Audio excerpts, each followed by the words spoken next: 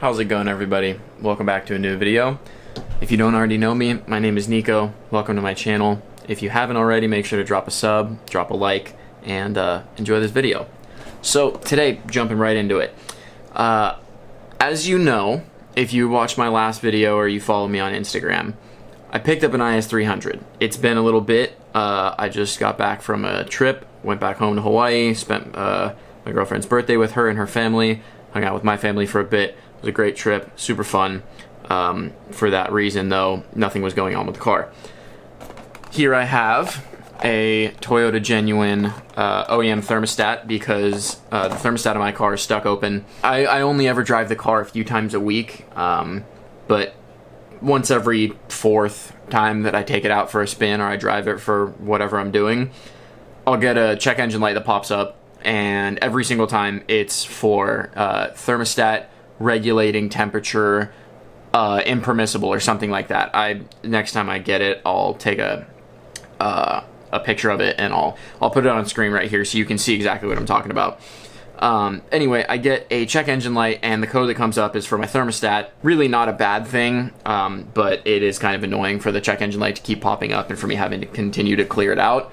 Bought a new thermostat on eBay.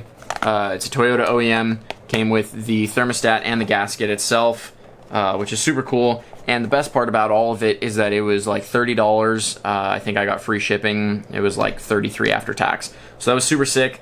That'll be its own video.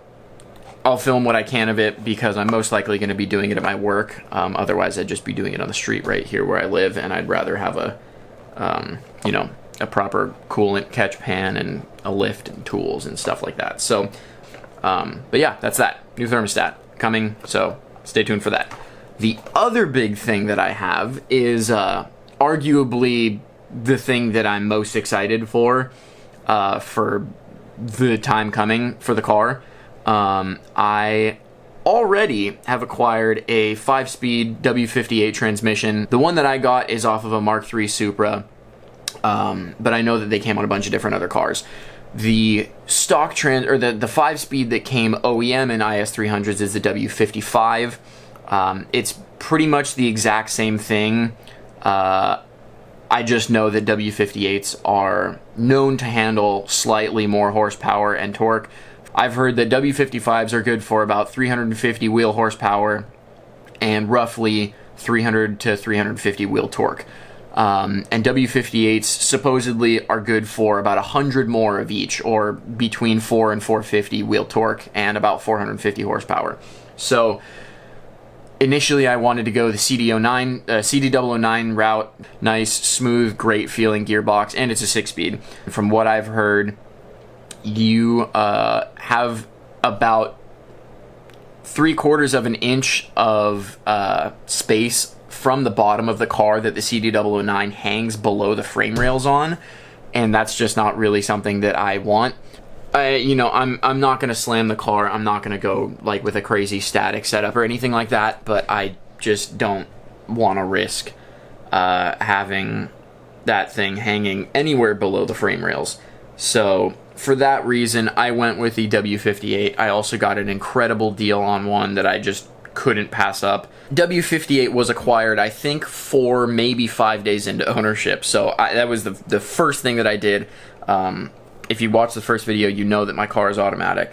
And I was looking specifically for a manual one, but it was really difficult to find one for the price that I wanted, and that wasn't already drifted, clapped, had like 300,000 miles, or that somebody was asking like $10,000 plus for something that's a 20-year-old car.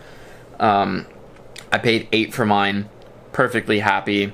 I was very, very easily able to justify it because I think I'm the 5th owner. The car originally came from Canada and it only has 94,000 miles. It was a retired Toyota Master Tech and shop foreman that I bought it off of. So in my mind, it was a no-brainer and very easy to justify paying that price. So without further ado, I'll go outside and show you guys the transmission. Here is my W58. So, as you can see, it is the Mark III W58. It has 2 different shifter housings.